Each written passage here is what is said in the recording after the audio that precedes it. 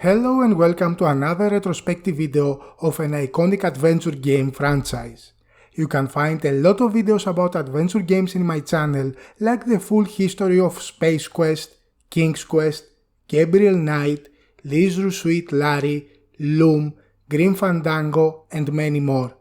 You can also find a 2-hour documentary on the history of the genre with the rise and fall of the adventure games. If you like the content of my channel, please consider supporting it by subscribing and turning on the notifications for it.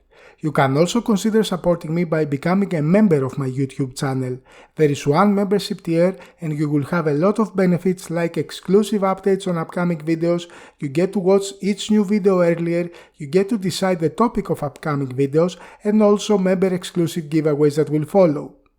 The history of adventure games has its own fair share of magnificent games, commercial successes, and crashing flops.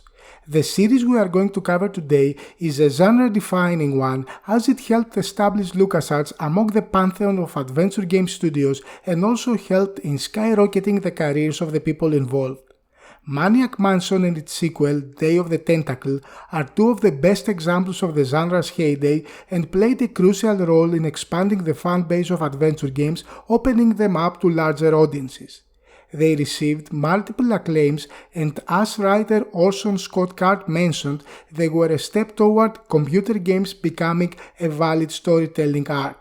Maniac Mansion especially established LucasArts' signature user interface as a standard for its future adventure games, as it was the reason Scam Engine was developed. In this video, we will cover the full history of both Maniac Mansion and Day of the Tentacle. Maniac Mansion is a 1987 graphic adventure video game developed and published by Lucasfilm Games for the Commodore 64, Apple II, MS-DOS, Amiga, Atari ST, Nintendo Entertainment System, and Apple Macintosh computers. The story takes place inside the Edison mansion on the edge of a sleepy town. Dr. Fred Edison, a retired physician, lives in the mansion with his wife Edna Edison and their son Ed Edison. Living with the Edisons are two large disembodied tentacles, one purple and the other green. 20 years before the events of the game, a meteor fell near the mansion and affected Dr. Fred. For years, he did not sleep or eat and worked on his strange device, the Zombie-Matic. There have been rumors of strange experiments going on and of odd creatures living among the Edison family other than the tentacles. The game begins showing Sandy, a local high school student, gone missing, and her boyfriend Dave swearing that he saw Dr. Fred abducting her. Dave knows that he cannot do it alone and will need the help from two other students if he has any hope of infiltrating the mansion and rescuing Sandy. He gathers his friends and together they enter the bizarre mansion to rescue her.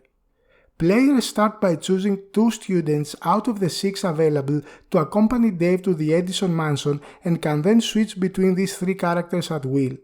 The game plays in typical point-and-click fashion, where the player guides characters through a 2-dimensional game world and to solve puzzles.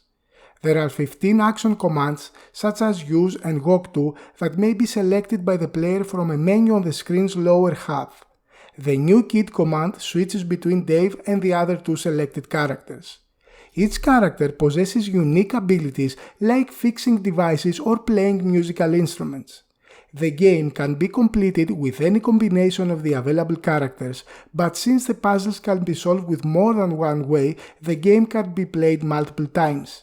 There are also several cutscenes during the course of the game that interrupt the action in order to advance the story and inform the player about off-screen events. Development of the game began in 1985. The company selected Ron Gilbert and Gary Winnick to helm the project, two newcomers to LucasArts as they had joined the company 1 year prior. Gilbert and Winnick co-wrote and co-designed the project, with Ron focusing on programming and Gary on visuals. The whole idea was to create an original game based on the teenage B-movies that were quite popular at the time, mainly due to VHS distribution. The mansion used in the game was inspired by the location Lucasfilm Games had at the time of the development on the premises of the Skywalker Ranch. The ranch's main house and several rooms from it were used as models for the mansion. Initially, Ron Gilbert did not know what type of game they should develop, but came across the first King's Quest game, Quest for the Crown, while visiting his family over Christmas. Gilbert loved Sierra's game and spent the rest of the holidays playing it, taking the decision to develop Maniac Mansion as a graphical adventure game.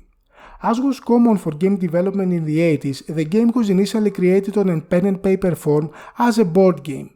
The mansion's floor plan was used as a game board, and cards representing events and characters were also used. Lines were drawn to represent paths the character could take and to connect the puzzles with the story progress. Dialogues were added later by another Lucasfilm Games key figure, David Fox. That was a lengthy process that caused multiple delays to the project, as the whole of the game had to be written on paper beforehand. Gary Winnick had stated in several interviews that he was on the brink of getting fired due to all those delays. When the full game plan was written, coding commenced.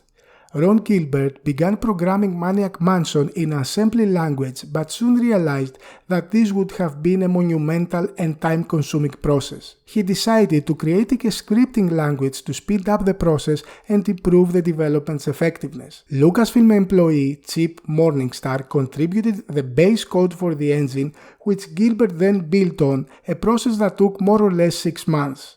Gilbert, Winnick, and Fox loved the graphical adventure games by Sierra and the text ones of Infocom, but hated the text parsers.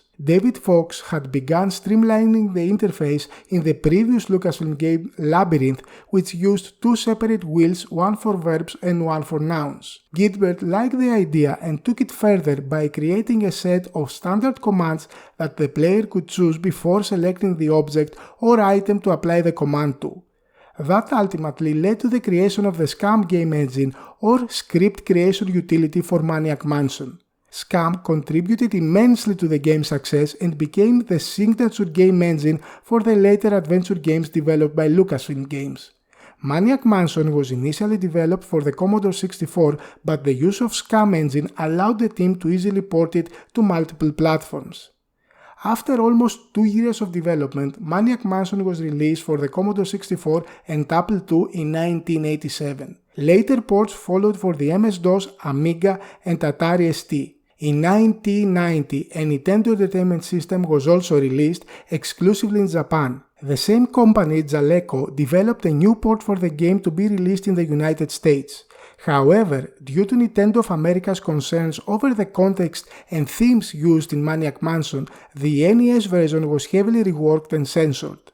Maniac Mansion was critically acclaimed, with reviewers loving its graphics, cutscenes, animation, and humor. However, it was not initially considered a high-selling hit. According to Ron Gilbert, the cult following of the game was a slow process. In 1990, Maniac Mansion was adapted into a 3-season television series of the same name. The game's success in the American and especially the European market led the company to start developing a sequel. Day of the Tentacle, also known as Maniac Mansion 2 Day of the Tentacle, is a 1993 graphic adventure game developed and published by LucasArts and the sequel to Maniac Mansion. The game takes place 5 years after the events of Maniac Mansion, when one of Dr. Fred Edison's assistants, the Purple Tentacle, drinks a toxic sludge from a river behind Dr. Fred's laboratory. This massively increases his intelligence, grows him a pair of arms, and makes him obsessed with global domination. Dr. Fred plans to resolve this problem by killing both the Purple Tentacle and his harmless brother, the Green One. Green Tentacle calls his nerd friend Bernard Bernoulli to help them. Bernard travels to the Edison family motel with his 2 housemates, Laverne and Hoggy, and frees the tentacles. As they both escape the lab, they now begin putting Purple Tentacle's plan to take over the world into action. Bernard and his friends now have a new task to find the tentacles and stop their evil plans through a lot of puzzle solving and a lot of time travel. Day of the Tentacle follows the point-and-click 2-dimensional gameplay as its predecessor Maniac Mansion.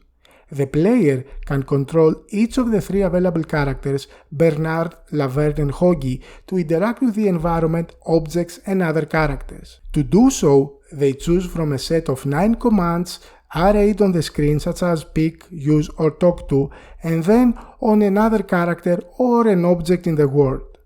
The game was built around the SCAM engine that was introduced in the first game of the series, but with less available verb commands and inventory items represented with icons instead of text. The development of the game was led by Tim Schafer and Dave Grossman. Both of them had assisted Ron Gilbert in creating some of Lucasfilm Games' most successful adventures like The Secret of Monkey Island and Monkey Island 2: LeChuck's Revenge.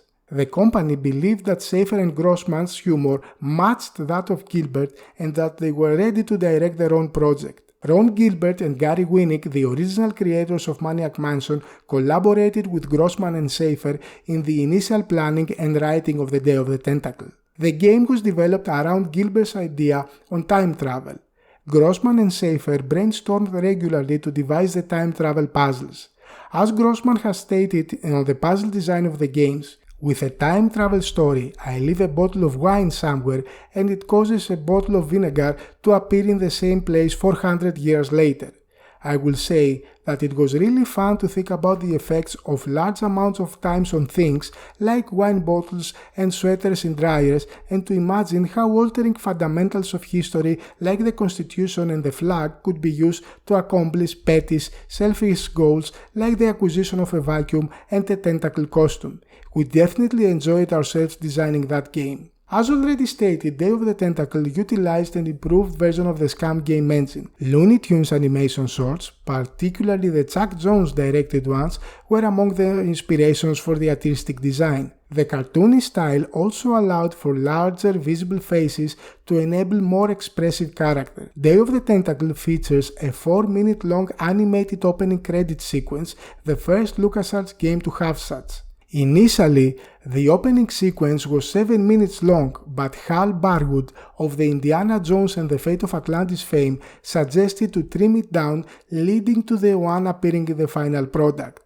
Day of the Tentacle was the first LucasArts adventure game to feature voice work on release, and to do so, it was also one of the first to be released in a CD-ROM talkie version other than the original floppy disk release.